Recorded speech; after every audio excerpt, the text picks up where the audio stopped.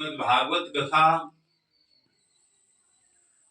बहुत प्रारब्ध का पुण्य अर्जित अर्जित होता है।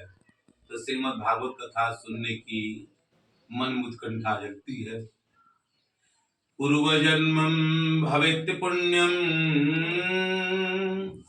श्रीमद् भागवतम कथा लभे।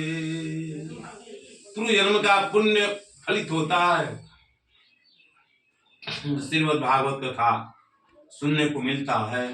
कि भागवत जो है पिबत भागवतम रसमालयम, रस का आलय है, इसको पीजिए हमेशा निरंतर। श्रीमद् भागवत की कथा नैमिषारण्य क्षेत्र से शुरू हुई। सूत जी विराजमान, 88,000 ऋषि बैठे हैं, एक भी शोरगुल नहीं हो रहा। एक रुचि है, मन है, दिल है, एक है भगवान के प्रति, और सब लोग कथा सुन रहे हैं। बृहस्पतिर्दक्ष शिष्यस्य गुरवो गुह्यमाप्यतु गुणौ तत्तन साधु दुरावह्यारते अधिकारी। गुरु की कृपा होती है तो समझिए कि सब कुछ मिलता है। जो मार्ग श्रुति साधु दिखावे, तेई पथ चलत सबय सुख पावे। जो संत लोग रास्ता दिखलाते हैं, संत ही भगवंत के नजदीक लाने का काम करते। संत का हृदय एकदम नवनीत होता है। जो मथी जाती है दही, उससे लैनु निकलता है, उतना चिकना संत का हृदय है। संत हृदय नव नीत समान। संत ही भगवान से, भगवंत से नाता जोड़ते हैं। आज समन्तात चिन्नोति चयनम करोति आचिनोदेति शास्त्रम आचरेत स्थाप्यति स्वयं आचारति। स्वयं आचरण करना चाहिए भगवान की लिखी हुई बात पर। भगवान का ऐसा कथा है, भगवान के चरित्रों का ऐसा दर्शन है कि तुलसी बाबा लिखे हैं कि भगवान जिसको चाहे वही कथा सुनेगा, वही उसको जानेगा। सब लोग नहीं जान पाते। जेहि जालहि तेहि देहि जनाई, अजानत तुम ही होई जाई। भगवान के स्वरूप का, चरित्र का, गुण का, ऐश्वर्य का तभी आदमी जानता है, भक्त लोग जानते हैं, जब भगवान जनाना चाहे। आसीना दीर्घ सत्रेण कथायाम संक्षणा हरे। खाली हमेशा इसको कथा को सुनिए। रामचरित जे सुनत यघाहि, रस विशेष जाना तीन पाई। राम का चरित्र ऐसा है ना कि समझिए कि सुनत अघाई, उसे सुनने का और इच्छा नूतन बढ़ती है। हमेशा चाहता है कथा सुने, श्रवण करें।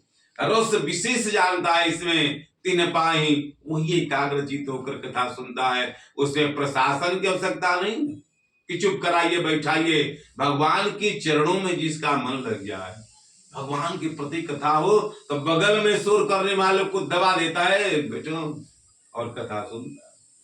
श्रवण रसिक कहूं सुने ना, परीक्षित जैसे पानहु करत बाढ़ी कोटि गुनी प्यास हो। जिसे परीक्षित की प्यास थी, हम भगवान की कथा सुने। मरने वाले को क्या करना चाहिए? तब मरने वाले को भगवान का चिंतन करना चाहिए। संसार की चिंता नहीं करनी चाहिए, चिंतन करनी चाहिए। और यही नहीं हो पाता है। जब भोले बाबा की पत्नी सती थी तो कथा तो आया नहीं, प्रणाम किए और प्रणाम नहीं कर पाई, लेकिन वही माँ पार्वती जब बनी तो कथा का विस्तार मन में उभार हुआ और भोले बाबा से पूछ रही है, कथा जो सकल लोक हितकारी,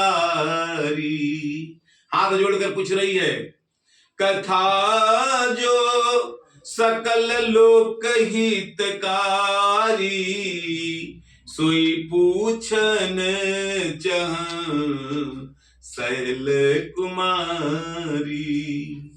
कथा पूछी है, इसी को भाव में हम लोग आते हैं कि मैया पूछे शैल कुमारी, कथा कौरी भोले भंडारी। मैया पूछे शैल कुमारी, कथा कौरी भोले भंडारी। प्रथम सुकारण कहिय विचारी, निर्गुण ब्रह्म सगुण बपुधारी। आरे ब्रह्म बने अवध बिहारी, कथा करी भोले भंडारी। ब्रह्म बने अवध बिहारी, कथा करी भोले भंडारी। मैया पूछे शैल कुमारी, कथा करी भोले भंडारी। जब मैया पूछी भोले बाबा से तो भोले बाबा धन्य हो गए कि सती के रूप में हम भगवान को प्रणाम करने के लिए कहा तो प्रणाम नहीं की, आज हाथ जोड़कर कथा पूछ रही भगवान की। तो भोले बाबा कहे, धन्य धन्य गिरिराज कुमारी, तुम समान नहीं को उपकारी। तुम बहुत उपकारी है कि भगवान की कथा सुन पूछ रही हो। पूछे हूँ रघुपति कथा प्रसंगा, सकल लोक जग पावन गंगा। आप भगवान की कथा पूछ रही हैं तो बढ़िया है, बहुत धन्य है। और सामने आसन दिए भोले बाबा जो है वो कथा कहने लगे, अमर कथा सुनाए हैं। बोलिए आनंद कंद भगवान की जय।